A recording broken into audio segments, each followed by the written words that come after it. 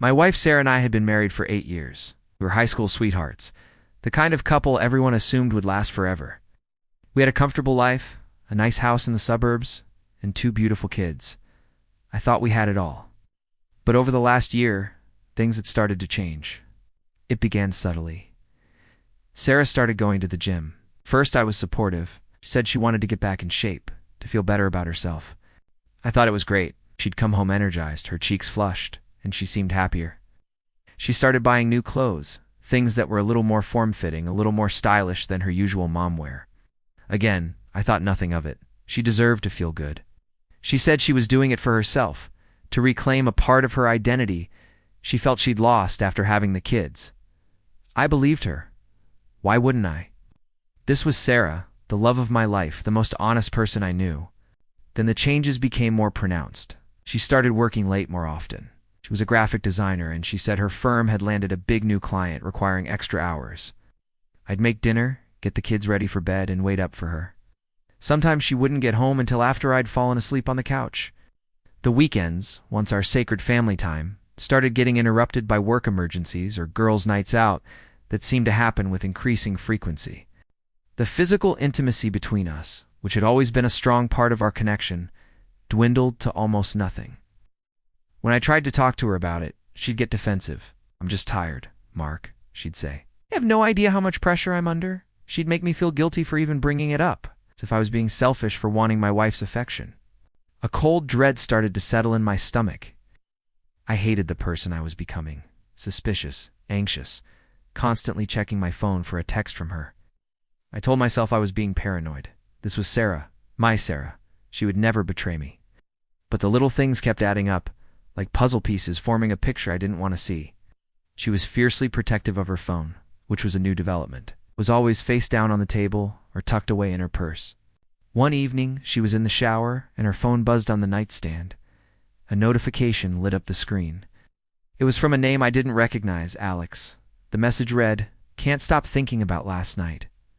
My heart stopped. It felt like the floor had dropped out from under me. I stood there, frozen, the words burning into my brain. Last night she had told me she was having dinner with her friend Jessica.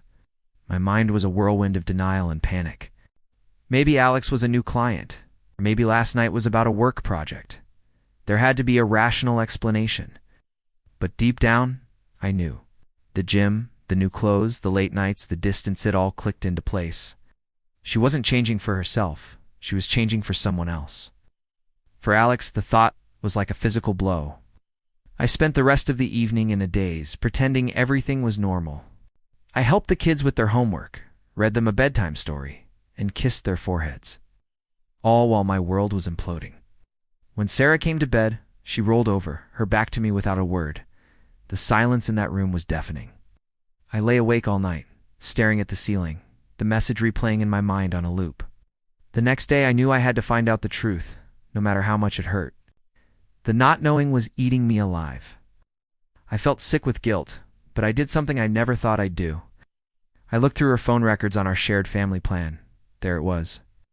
A number I didn't recognize called and texted dozens of times a day, every day, for the past 3 months. The calls were always during her late nights at work or on her way to the gym. I typed the number into a search engine.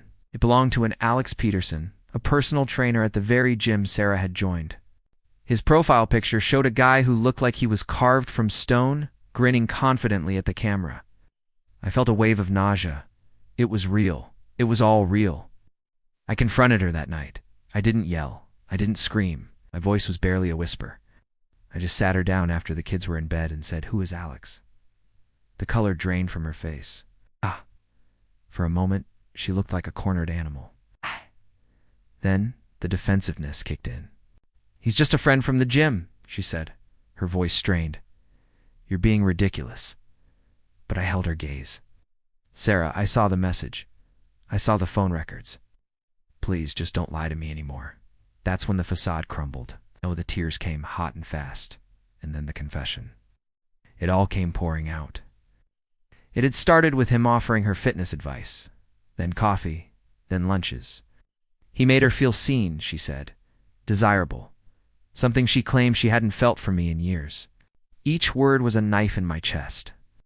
She told me it wasn't just emotional, it had become physical about a month ago. The late nights were spent at his apartment. The girls' nights were weekends away with him. My entire reality for the past year had been a lie. She was crying, saying how sorry she was, how it was a mistake, how she still loved me and our family. But all I could hear was the echo of her deceit. She said she was changing for herself, but the change had someone else's name written all over it. The new confidence she had wasn't for her, it was for him. Damn. The new clothes weren't to make her feel good, they were to make her look good for him. All the support I had given her, all the encouragement, had been used to facilitate her betrayal. The days that followed were a blur of pain and anger. We were living like ghosts in our own home, tiptoeing around each other, the air thick with unspoken words and broken promises. I looked at the woman I had loved for more than half my life and saw a stranger. How could she do this to me? To our children? She begged for another chance, promised she had cut off all contact with Alex, that she would do anything to fix us. She started therapy, both individually, and wanted to do couples counseling. A part of me wanted to believe her, to try and piece our shattered family back together. For the sake of the kids, I wanted to find a way to forgive. But another louder part of me screamed in protest. Trust, the very foundation of our marriage, was gone. It had been systematically dismantled by months of lies. I looked at my children, so innocent and unaware of the earthquake that had shaken their parents' world, and I knew I had a decision to make. Could I stay in this marriage constantly wondering if she was telling the truth? Could I ever look at her again without seeing the betrayal in her eyes? Or did I owe it to myself and to my kids to show them what a healthy, honest relationship looks like, even if it meant their parents weren't together? The path forward was unclear, shrouded in fog, but one thing was certain: the life I thought I had was over. She said she was changing for herself, but in the end, she changed everything for everyone. I'm still picking up the pieces, trying to figure out who I am without her, and how to build a new future from the rubble of our past. It's the hardest thing I've ever had to do. Thank you for listening to my story. If you've been through something similar, know you're not alone. Don't forget to like this video and subscribe for more stories.